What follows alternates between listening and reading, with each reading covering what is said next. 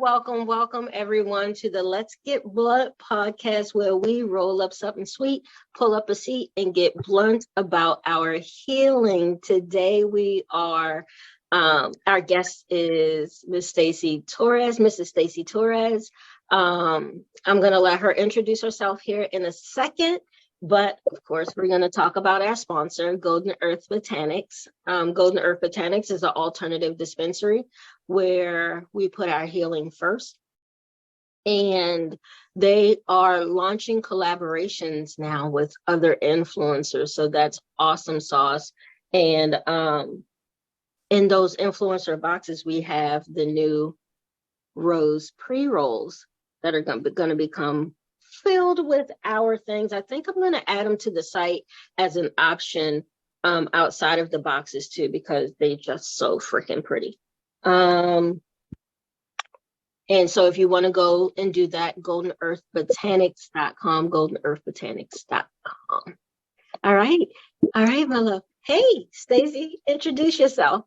Hello, I'm Stacey Torres. I live in Houston, Texas.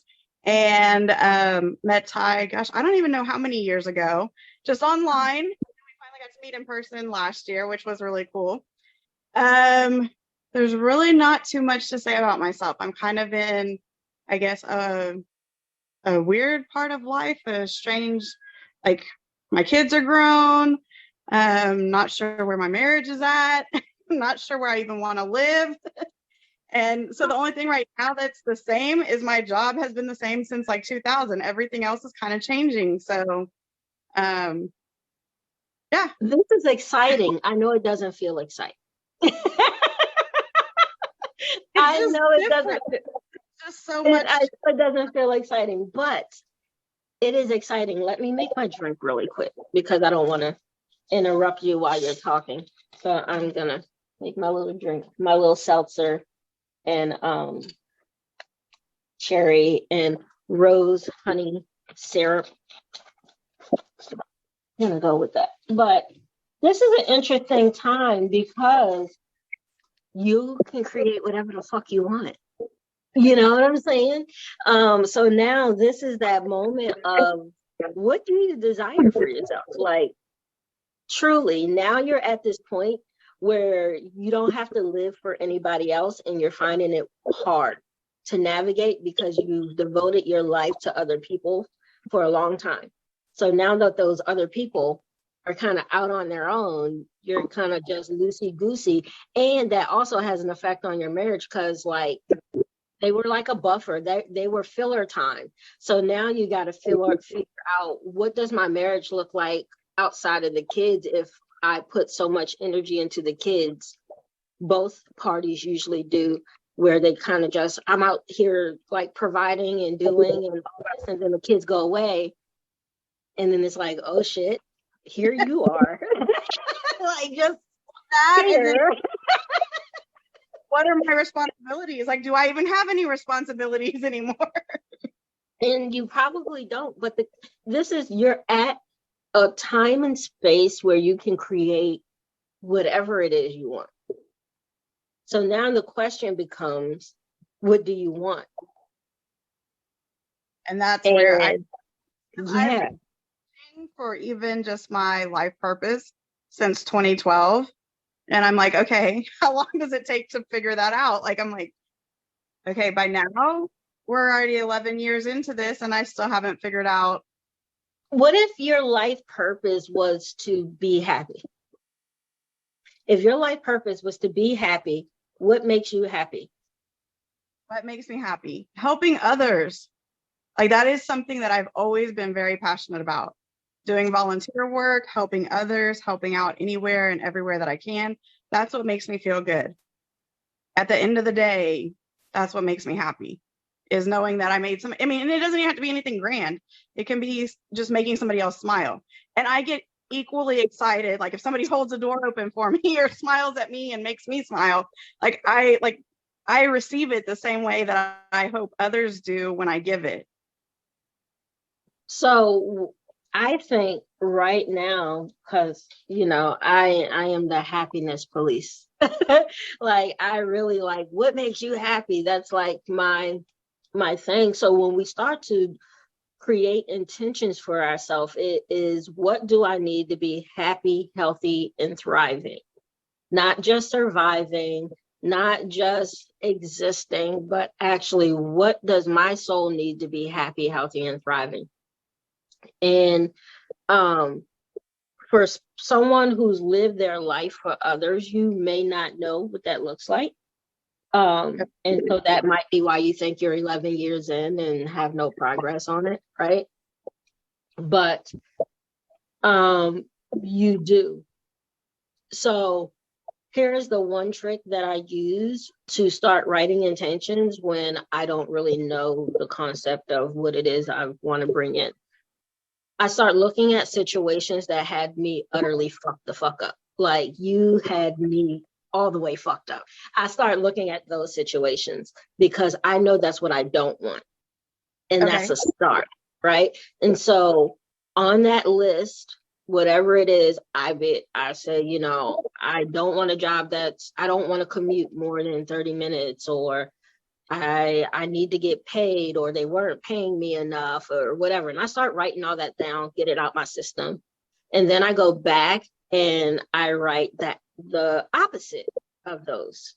So if I'm not getting paid enough, then what is a salary that I would feel is enough? And that's my intention. I desire to get paid at minimum X amount, right? If it's in a relationship and it's like, well, he never has time for me, you start writing, I want someone who makes me a priority regardless of their schedule, you know, those kind of things. And so when you don't know what you want, start with what you know you don't want, because that's easy. That's like, we know what you don't want. It was, you know, but sometimes it's very hard to know what we want, especially if we are so far outside of ourselves that we're not tuned into what drives us, right? Okay. So what are some things that you don't want for yourself moving forward, or don't want to continue? Okay, so do I stick to the job thing and like we could go wherever you desire to be. Okay. I'm yours for the next 30 minutes. But then when you were saying that, when you were like, okay, we'll start what you don't want, and when you said like always, or you can start with like something that's got you really messed up. So like right now, I can say my marriage is somewhere that's got me really messed up. I don't know if I'm coming or going. I don't know if I want to stay in it or if I want to get out. And I feel like right now that ball is in my court and I just need to make a decision, but I don't even know. So tell me how you feel about it. So what's going on that makes you feel like you don't know if you want to stay? So recently my husband took a job and it requires a move. So technically I have the choice to move with him, or if I choose to stay, then I feel like if I stay, it's time to just dissolve the marriage and let him move on, start a new life, and then likewise for myself. Okay. What's stopping you from moving? At times he's told me he got the job to get away from me. So if that was the intent and the plan, then I feel like it's time to just let him go and do his thing. But then at times he does say like, okay, no, you're welcome to come move with me. And initially when he accepted the job, he had come and asked like, you know, if I take this job, will you be willing to relocate with me? But I don't want to go somewhere I'm not wanted. I feel you on that, because fuck that shit. Exactly. So first is getting clear on what his intentions are. Like, outright have adult ass conversations. Sometimes we try to avoid those hard conversations, but we're adults. Like, we need to have, as funny feeling it may feel in the pit of your stomach or in your chest or wherever, those conversations need to be had, because it will upend your life. And the reason you're hesitant is because you don't feel solid. Like, you don't feel safe. Correct. And 100%. Yeah. And so there's no way I'm going to move cross country and not know if next week you're going to kick my ass out. Like, like that's not what we want to do. So have an adult conversation about what this is and what it isn't without like, without a narrative. You know what I'm saying? So this isn't about whether we stick together or not. It's like, what do you fucking want? Like, be honest, be transparent. What the fuck do you want? And regardless of what that is, I just want to know. So we can figure it the fuck out. Because right now, both of us are guessing. Right. And that's dumb when we can just talk to one another. You know what I'm saying? So tell me what it is. I'm not like, I might be hurt, but your truth is your truth. Tell me what it is so that I know. Because right now you're both held hostage. Yes. Right? And when we're held hostage in places that we don't desire to be, a lot of times we will start to rebel and act out. And neither party, I can't speak for him, but I'm sure you don't want to act in such a way to hurt him and vice versa. Right? Right. And we can alleviate that by having the upfront conversation about what this is. Because it's not the move. It's not the job. It's not any of that. It's the fact that you don't feel safe. Okay. And that's probably driving a lot of your day to day, right? Because you don't know if he's going to come home one day and say, we're not together. And so you're like, let me preempt him by ending it first. Like, that's the idea, right? So I'm just going to dissolve it. And that way we could get rid of like this lurky feeling of the elephant in the fucking room, right? But it may not be that. And sometimes I think avoiding conversations sometimes causes bigger issues because we're all guessing. And so now I'm guessing that you don't want to be here. And so now I'm going to say, I want a divorce first so that I could beat you to it. Right. Because fuck if you going to leave me. Right. So I'm going to leave first. Right. And so then we do that. And now we have something else to deal with. Like, there's going to be an issue regardless. Just depends on what issue you're willing to tackle. And the only way to be 100% on that is to have the conversation. Okay. Have you guys had a conversation about what it was? Or does like little digs here and there, but no true like conversation? So I've tried to have true conversation. I've tried to write down my thoughts and then share them and then see if that sparks any like response or anything. So we've tried a couple of different ways. He's like, so I tend to be an open book with anyone and everyone. So pretty much he always knows what I'm thinking. And then apparently I have a face that doesn't hide what I'm feeling. Same. So anybody can read that. I, on the other hand, am not good at reading, I guess, other people's energy and how they're feeling and facial expressions. I'm not good at seeing that. I do listen, or I think I listen. And I'm good about saying, okay, wait a minute, like I missed something. If I, like I can acknowledge and be aware of, okay, I was busy focused on maybe something that was said and then missed the whole next part.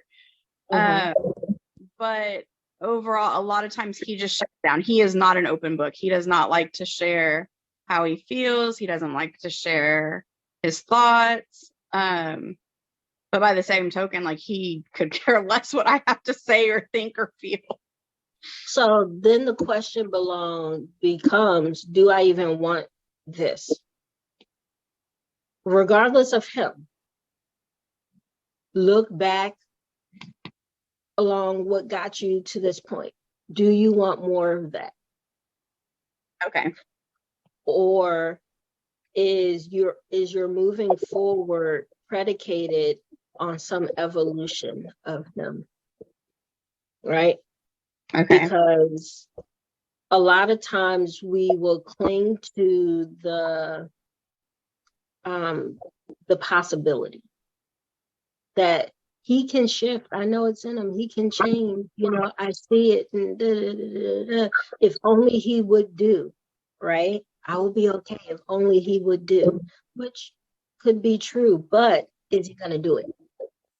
Well, the crazy thing is, and I don't know, maybe other people are this way. Maybe I'm just different. So right now, I feel like the change needs to come from me. And I feel like I'm the one that's got a lot of shifting. But I think, again, it goes back to like me knowing I'm a hot mess and not knowing what direction I even want to go. So like each day is like one foot in front of the other, but like no clear. My face. I know. But you said you're not good at reading faces. So I'm going to tell you what I feel. That's a bunch of bullshit. Okay. So what you're doing is, and you're blaming yourself for the situation at hand. When there's two partners there, if he wanted to communicate, if he wanted things to be better, he could initiate that. Okay. Right? You're taking responsibility because, of course, you're the vibe police, you're the happy police, you're the empathy police, you're the compassion police. You go out and you make sure the environment is conducive for everybody in it. Like, that's your job. So when your marriage isn't like that, you're like, it's my fault. I can do, but there's two people there. So you can do all that shit and he can still remain the fuck the same. So are you saying there's nothing wrong with the way that he's presenting himself in your marriage? No, I'm not saying that, because he's then it ain't your fucking fault. If you sat here and said, no, he's everything and I got the fucking issues, then I would say, bitch, get yourself together. I have clients that I'm like, you got a good ass man, you ready to leave that motherfucker? You know what I'm saying? I don't think that's your case. I don't think it's your case. So while I'm not here to like point blame, I'm saying that you are not the sole person responsible for the energy of your marriage. Okay, so is this where I have control issues? And is this where... This is where you have control issues and confidence and esteem issues. Because immediately you're like, what did I do? I do always... I can't, the whole time you're like, I can't read faces. I can't do this. I can't do that. Which is a confidence thing, but people have made you feel that way. And I think they gaslit the fuck out of you too, because I think you can read faces. It's just motherfuckers are lying to your fucking face about what they said meant and what they, if you're neurodivergent, we know it when we see it. But what I've learned is people ain't honest. People aren't authentic. So instead of saying, yeah, I'm not feeling it, it's just like, no, that's not what I was thinking. You're read too much into it. You're over analyzing. No, what you said was fucked up. And you meant it. But then immediately you sit back and you're like, did I? And if there's only you and that person around, you might start to believe them as truth. Because then there's no other sounding board to be like, bitch, he tripping. So in those moments, you take responsibility, because maybe I am. Right? But it can't be that way always. It can't be that way always. So if it's always, bitch, like you tripping, you're over analyzing, you're this, you're that, is likely that you're reading what it is and they're just not authentic enough to actually fucking man up or balls up and fucking say. Okay. So that's, if we're gonna work on anything, is that solar plexus is that confidence in your esteem. Right? Because 100% our perception is our reality. So if you believe you can't, you can't. And I like the way you say our reality, because yes, each individual doesn't mean it's real, but it's Doesn't real mean it's real, but it's your reality. If I believe that every time I step outside my house, people are gunning for me, every time I feel slighted, it's going to reinforce that idea, right?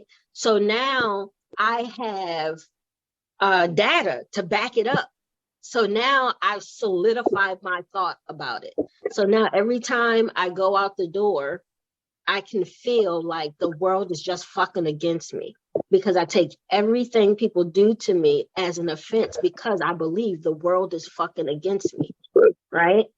And so whatever you believe as your truth will become your truth. The thing about our soul is it's going to validate itself because you don't want to seem stupid to yourself, right? So if I feel as though I'm unlovable and I keep saying that to myself, in order for me not to feel stupid inside about saying it, I'm going to look for instances that validate it.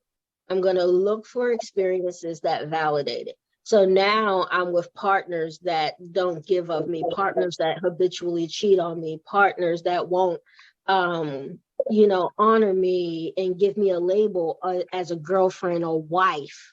If you already are girlfriend, they won't give you the wife title. And then they're like doing everything, and sometimes in your fucking face, because you believe that you're unlovable. So any attempt to love you, you're going to welcome. So, because at least I get this little bit, at least I got this little bit, and you're clinging to those, at least I got this little bit moments. As I do. Valid, that, because everybody wants to feel worthy, right? So if I believe I'm not shit, and then somebody comes along, whether they're a piece of shit or not, somebody comes along and gives me attention, I'm like, I got to cling to this because nobody else wants to be bothered, but he does. So I'm going to deal with whatever that looks like in order to validate myself and my worth, because we're going to seek worth. It's just a human feeling to feel worthy, right? And like, I didn't even go ahead. Huh? I said I didn't even feel worthy of coming on the show today because I was like, everybody else is. And I had to tell them, like, if y'all bring your ass, like everybody's worthy because everybody's human. And like I told you earlier, sometimes we got to heal out loud so other people could know they're not alone. There's a lot of shit that I was going through that I felt was a singular feeling, and that I'm going through, or I went through by myself, because nobody heals out loud, right? Everybody seems so put to fucking together. And so then when we mirror all of our knowledge of ourselves against the projection of other people, we never measure up, because we don't see what's behind the facade. We only see what they project to us. We're seeing a movie reel, right? We're seeing the highlight clip, but there's a bunch of shit on the cutting room floor that you're not privy to. Yeah. That if you were, you'd be like, I don't want no parts of what the fuck they got going on over there. But since we can't see any of what's in the background, and we can only see the show, not the backstage portion, we fall in love with the show. Right. And then with our shit, we got the show in the backstage, in the casting, and we know all the ins and outs. So we know what went wrong, what went well, what didn't measure up, what didn't meet the mark. We have all these internal knowings that other people don't have. And so when I look at you, I don't see what you see because I have different information. Right? I see you as, I'm just like, oh, she's pretty dope to me. Like, from what I can see, her vibe is nice. We vibed in person. Everything was cool. But internally, you could be like, shit, did I fuck that up? Did she like me? Hope she still does this. And I hope she's, because you have all the internal knowings of what you meant to say versus what was actually said. I only know what you said. I don't know what you meant to say or could have said different, or And so we're working with different information. And so that's why it's easy for us to put ourselves down, right? Because we know everything about the show, right? If we saw the backstage of some of these Broadway fucking like things, we probably wouldn't like the show. If we knew how the actors treated each other and all the shit that they would say backstage or all the bullshit, that we probably wouldn't like the show. But so that's why you don't like their show, because you have all that information. And so I have a dance teacher, Miss Patty DeMarco, and that's crazy because, you know, my ADHD brain remembers nothing, remembers nobody. That was a time of my life I was just existing, right? And so she was so implemental because she was my dance teacher. Dance meant so much to me back then. And she would say, nobody knows your choreography. So if you fuck up, keep dancing, period. You can trip, roll over, do it into a back bend, keep fucking dancing, because nobody knows unless they were with you as you were practicing. But even then, they only know up to that point, because what if you decided to change it last minute, right? They don't know it's a mistake. Nobody knows you're making a mistake. And I think that's what we have to realize when we analyze. I have shit that didn't pop. Everybody thinks I have the Midas touch, right? It's just like everything fucking Ty touches just blows the fuck up. It's not so. It's not so. Like, I have things that I started on my own but didn't put out there.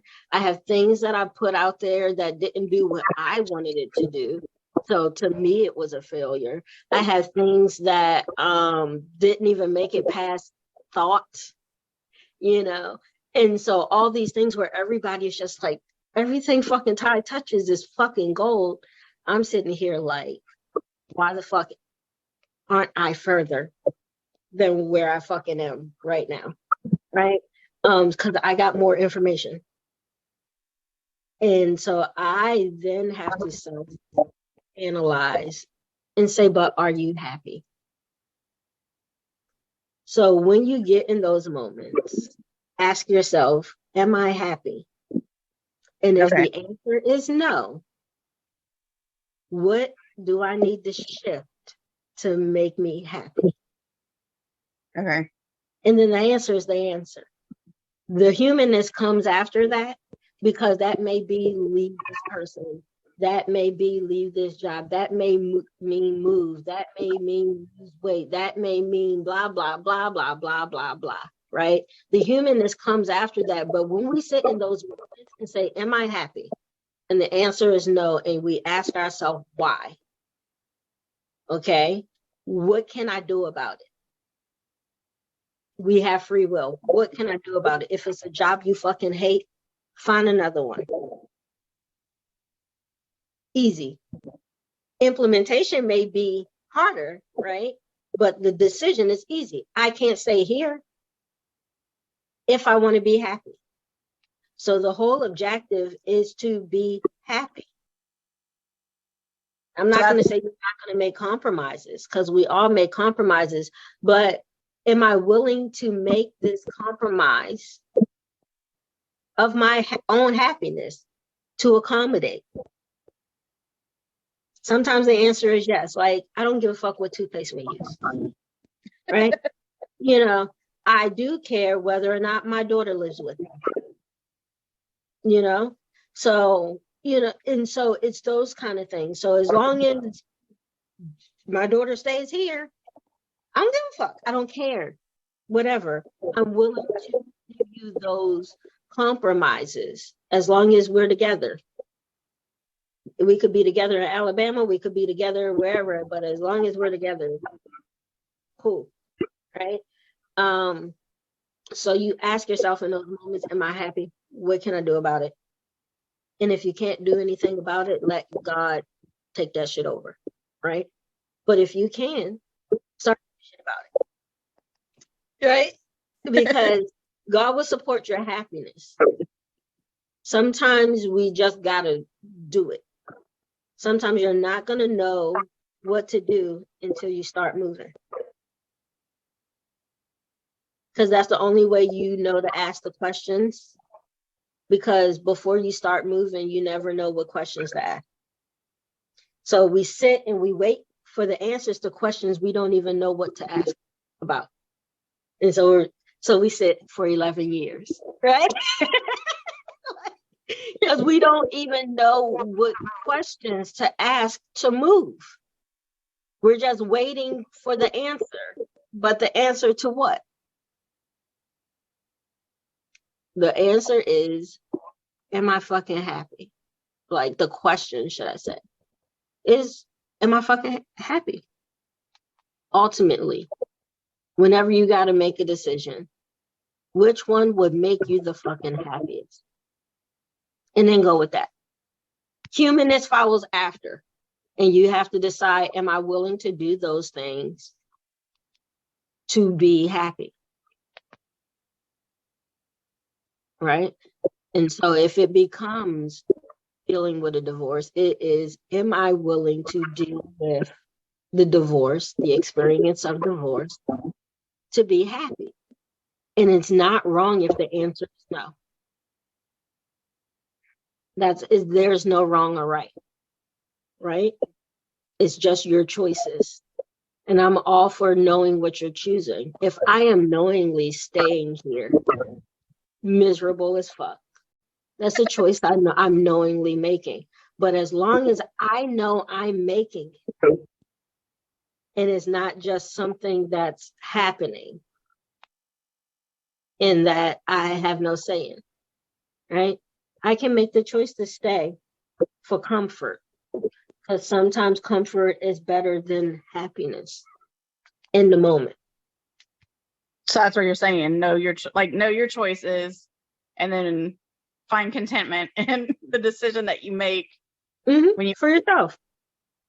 Because there's no right or wrong decision. It's just the decision. Right? We can always find place for blame, but in the end, it is a decision. And we can always feel a kind of way about a decision. But the decision becomes either I am going to do something about my unhappiness, or I am making an intentional decision to remain comfortable. But then once you make that decision to remain comfortable, that kind of takes away your ability to bitch about it. Right?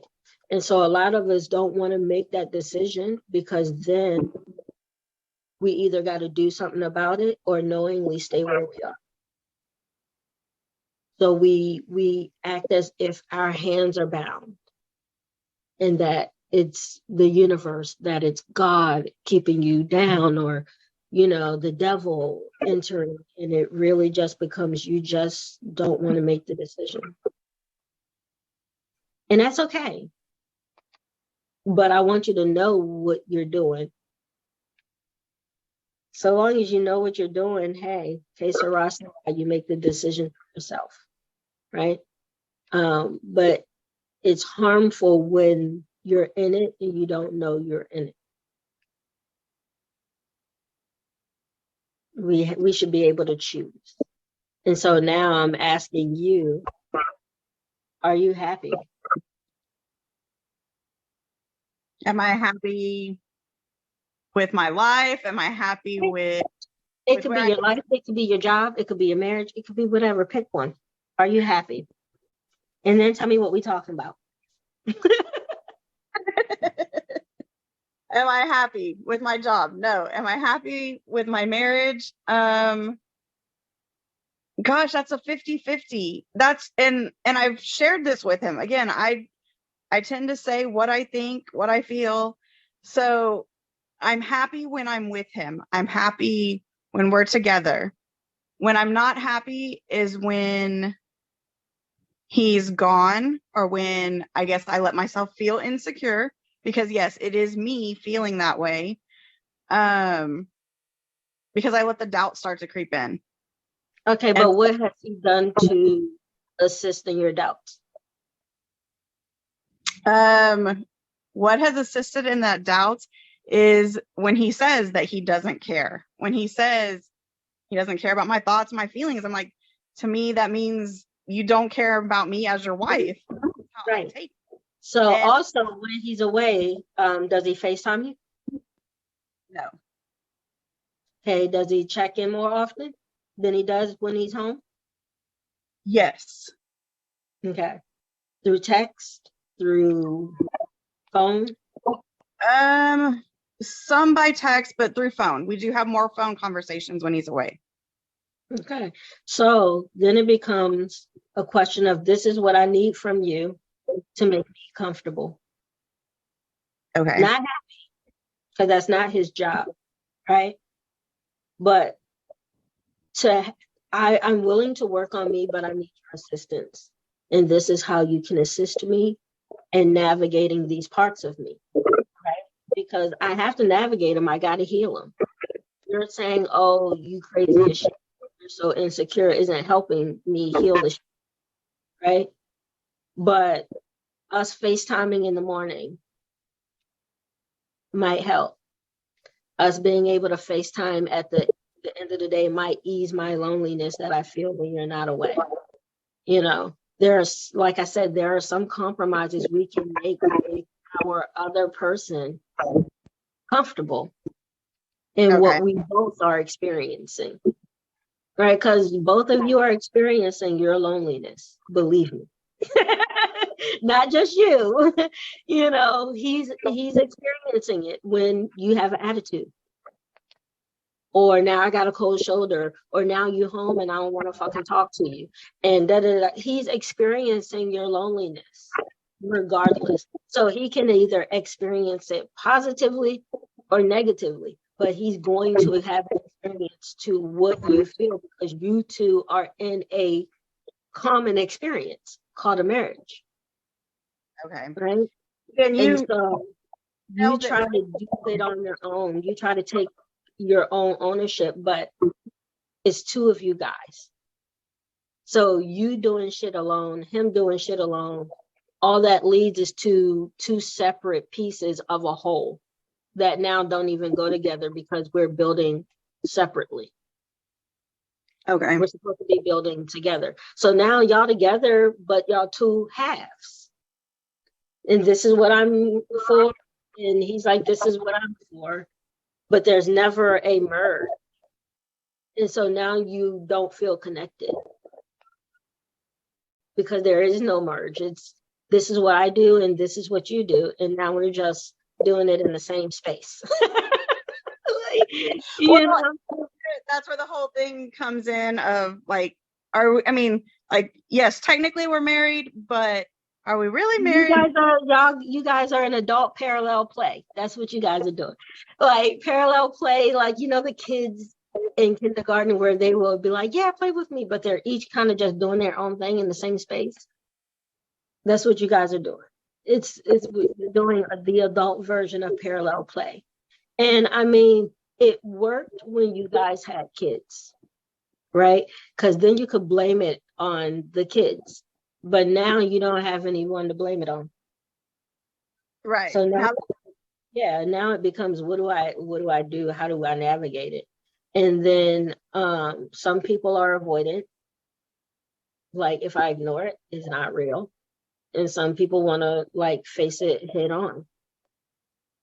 And if a person that wants to face it head on is coupled with an avoidant person, it can probably be a problem, because the avoidant person isn't going to want to deal with it until it reaches the point of, say, you're presented with divorce papers. Then it's like, what? I'm so shocked. No, that's right. I'm trying to go from this to this. It's like, no, there was some iterations in between, but you didn't want to acknowledge them, right? Again, he's going to experience the decisions you make. He could either experience them positively or negatively. And vice versa. You're experiencing the decisions he makes. And you could either experience it positively or negatively. But you guys are going to feel it. And so that lobbing at each other does nothing but hurt the whole. You're going to feel every blow you try to give them. And vice versa. And vice versa. So it's just because you guys are merged energetically. So whatever you're energetically throwing his way is literally being thrown your way back. Okay. Right? Either he's going to do it intentionally or it's going to fuck with you like unintentionally, because again, so if anything fails of his, if you guys co-own shit, that fails for you too. If you send negative energy his way, he loses the job. You know, that affects you. You might be like, I don't give a fuck, you know, but that does affect you. Right? And the same as if he was sending any negativity your way, that affects him too. Either intentionally or unintentionally. Intentionally, it could be like you showing up and you're like going for the jugular, because if you're going to treat me like trash, let's get it, right?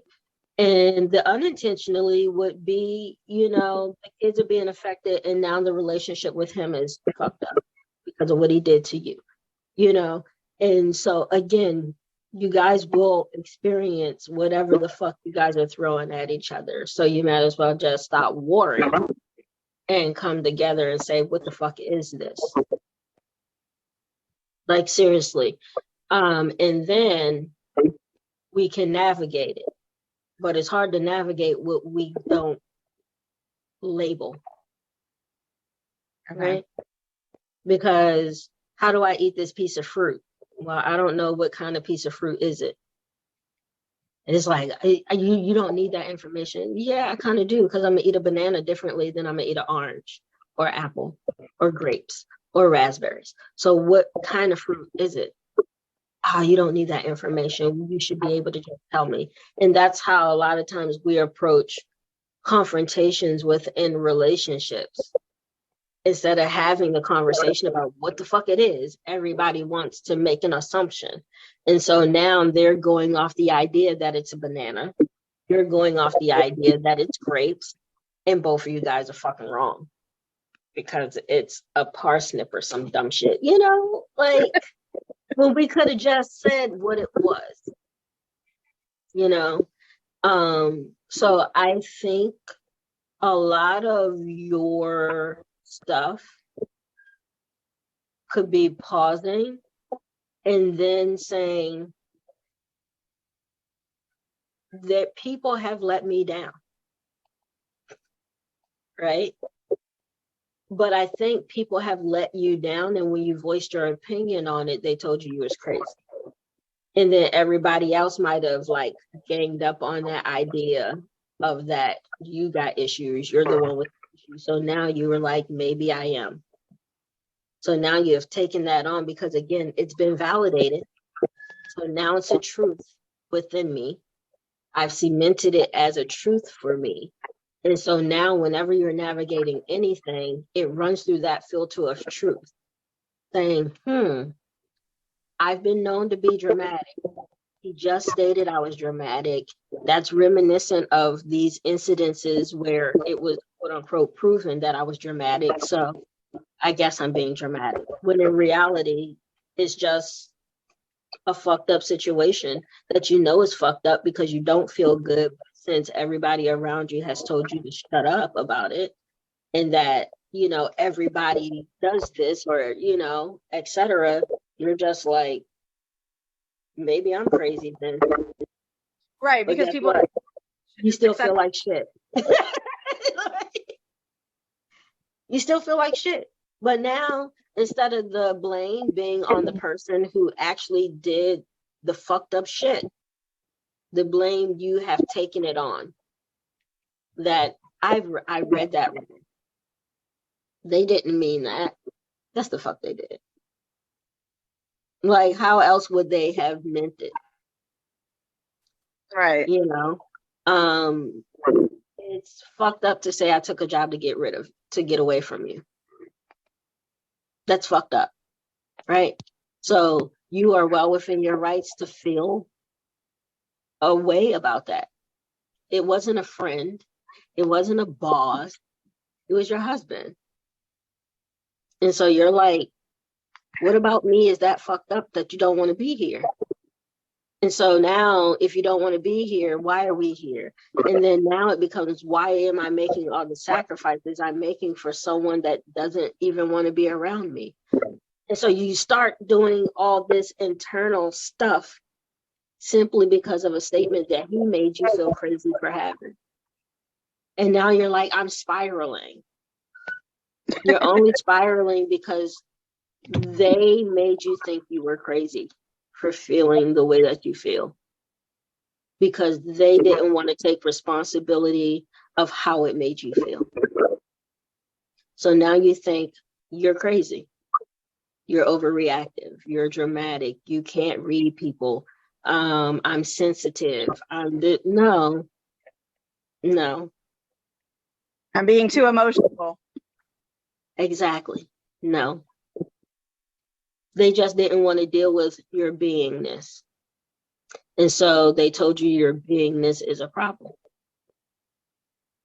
And you were just so happened to be surrounded by people who didn't accept any like parts of you, right?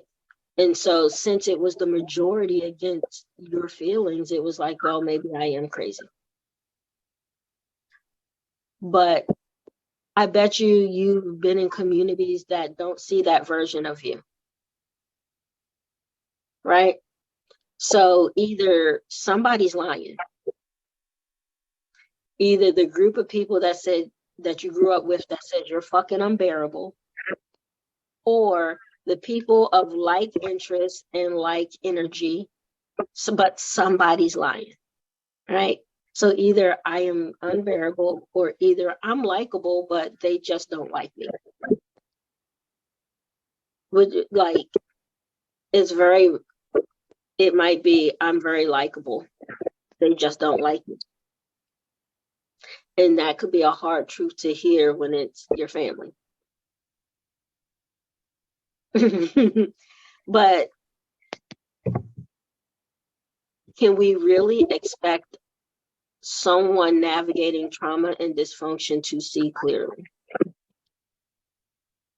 No. Like, so if I took a magnifying glass or a telescope and I threw it across the room, I ran over it with my car, right?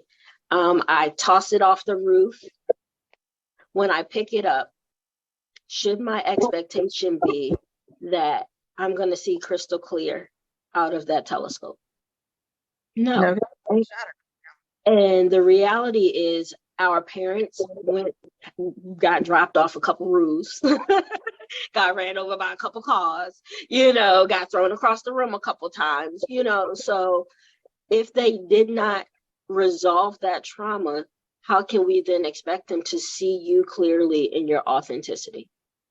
You can't. They're going to see you through their trauma. And if they're not ready to heal said trauma, you then become the problem.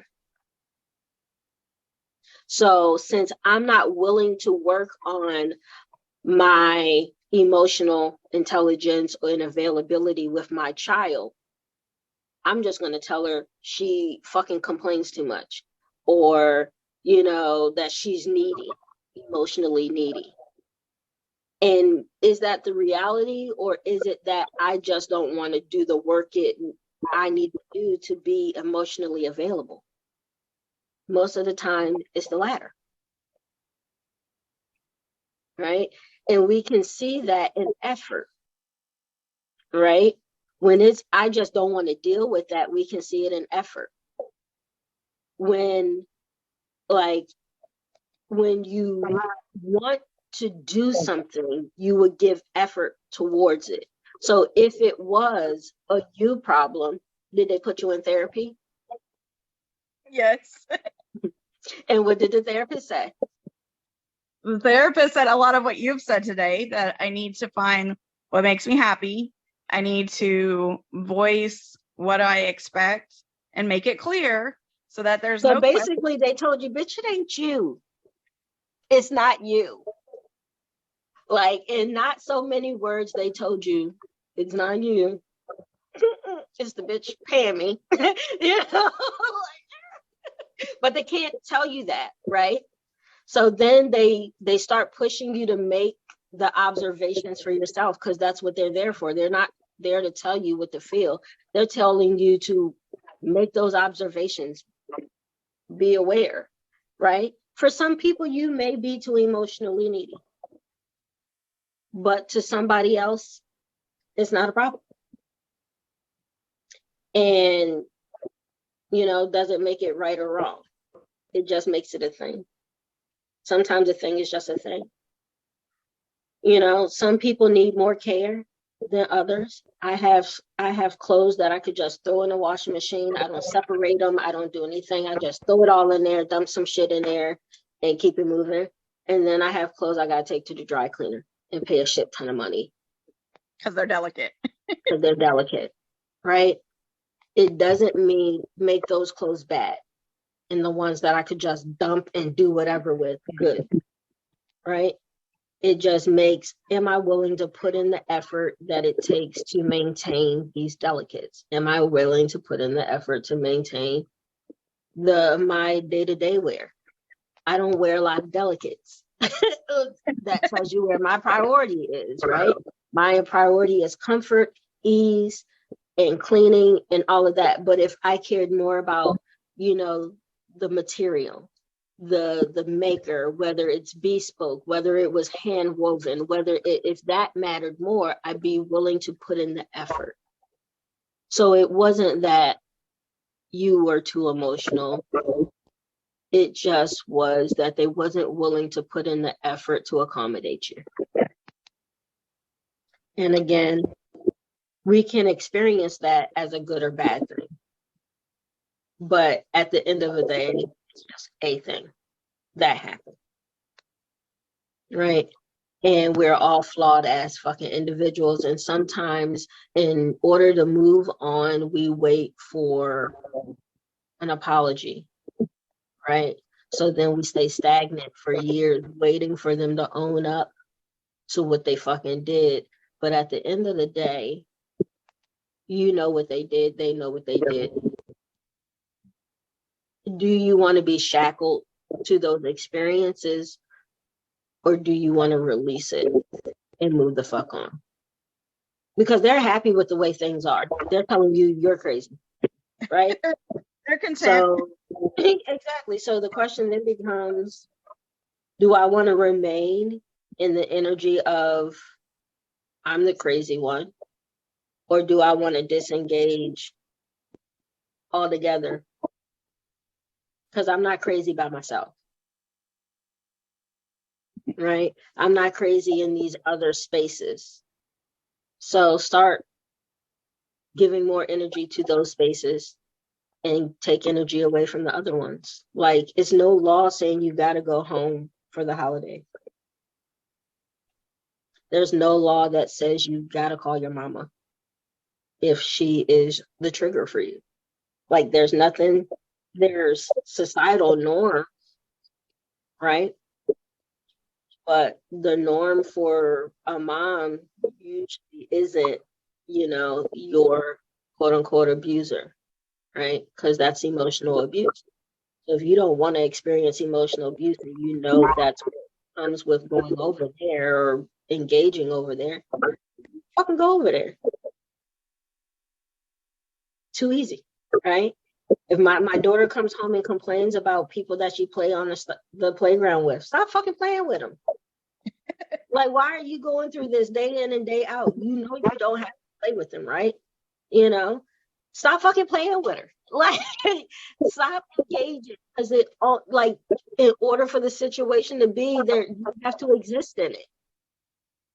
If you don't exist in it, it's just her narrative at that point. She could say whatever the fuck she wants. She's been saying, she's not gonna stop. And not everybody's friend. So go take yourself off pause. And I think that as we come to a culmination, take yourself off pause.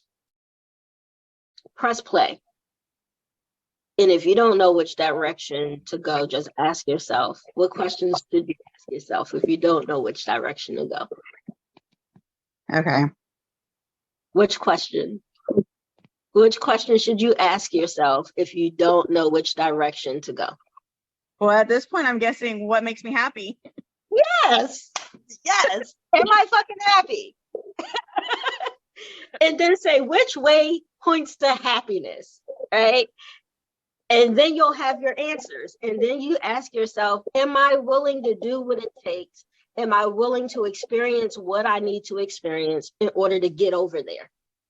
If the answer is no, then we sit still and we shut the fuck up and we deal with whatever it is and we make the most of it, right? We grin and bear it. But if the answer is yes, then we make the shifts. And the answer could be somewhere in the middle where we initiate the conversation with your needs, right? That might be the next step. And then when they don't meet that, you can then make the decision of, okay, you literally just said, fuck me. So I'm out of here, right? So maybe the immediate isn't, I'm going to get a divorce, right? Maybe the immediate is, this is what I need to feel like safe here. Okay. Like, this is what I need to feel safe. And to him, some of that shit might be outlandish, but it doesn't make it outlandish, right? Just because he doesn't like it, don't make it outlandish, right? So, like, you can say, this is what I need to feel safe. And he can either meet it or not. But when he doesn't, your next step is dependent on you. Knowing that he's not going to meet your need, because you gave him a chance. I'm sure you guys been together for years, right? So knowing that he's not going to meet these needs, what decision am I going to make? If I stay, I'm staying knowing he's not planning to meet my needs. So I just got to grin and bear it. And if I go, I can have my needs met. Because, like, being alone doesn't mean you're lonely.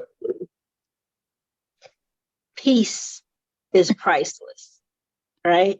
And you may find that you have the energy to do shit that you have never done before, just because you don't have the weight and the anchor of someone else. Now, this is not me saying leave them. Right? This is me saying you can make those decisions for yourself.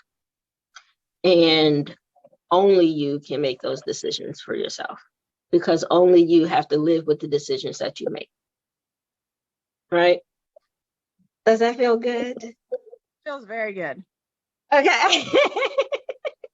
It feels really good. Good. So I'm going to say goodbye to YouTube land. And as always, there are going to be extended conversations over on Patreon, patreon.com/Let's Get Blunt podcast. It's below. And with that, I say goodbye, my loves. Bye.